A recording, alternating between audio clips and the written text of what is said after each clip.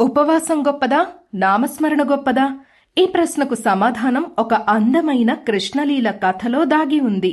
ఒకసారి కృష్ణుడు అర్జునుడితో కలిసి సుదీర్ఘ ప్రయాణం తరువాత ద్వారకకు వచ్చాడు. అలసిపోయిన అర్జునుడు అతిథి గృహంలో నిద్రపోయాడు. రుక్మిణీదేవి భోజనం సిద్ధమైందని చెప్పగా, కృష్ణుడు మన ఇంట్లో అతిథి ఉన్నాడు, అతను మేల్కొనే వరకు నేను తినను అని అంటాడు. అప్పుడు రుక్మిణీదేవి అర్జునుడిని నిద్రలేపడానికి వెళ్తుంది.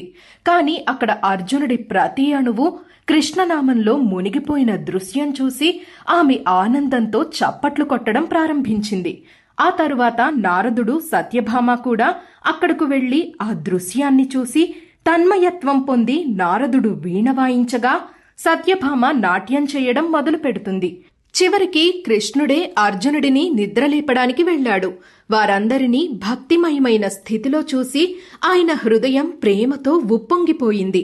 అప్పుడు ఆయన మంచం మీద కూర్చుని అర్జునుడికి స్వయంగా పాదసేవ చేశాడు. ఆశ్చర్యంతో మేల్కొన్న అర్జునుడు, కృష్ణ, నువ్వు ఎందుకు ఇలా చేస్తున్నావు అని అడిగాడు. అప్పుడు కృష్ణుడు, నువ్వు ప్రతి అణువుతోనూ నన్నే స్మరిస్తున్నావు, అందుకే నేను నీకు వశమయ్యాను అని అంటాడు. అప్పుడు అర్జునుడు సందేహంతో, నీకోసం ఘోర తపస్సులు, కఠిన ఉపవాసాలు, అనేక భగవత్కార్యాలు చేసే భక్తులు ఎందరో ఉన్నారు, వారికి లభించని ఈ గొప్ప భాగ్యాన్ని నాకే ఎందుకు కల్పించావు అని అడుగుతాడు.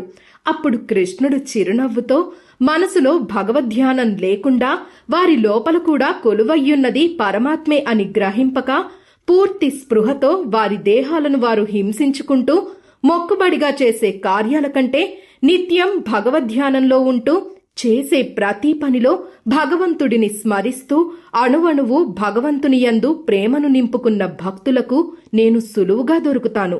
ఇదే సత్యాన్ని నేను భగవద్గీతలో కూడా చెప్పాను అని అంటాడు. ఇది ఒక ప్రాంతీయ కథ అయినప్పటికీ నామస్మరణ యొక్క విశిష్టత ఈ కథలో దాగి ఉంది. దశావతార స్తుతిలో కూడా నామస్మరణ ధన్యోపాయం నహి పశ్యామో భవతరణే అని చెప్పబడింది. అంటే కలియుగంలో ఈ జీవితం అనే భవసాగరాన్ని దాటడానికి నామస్మరణను మించిన ఉపాయం మరేదీ లేదు.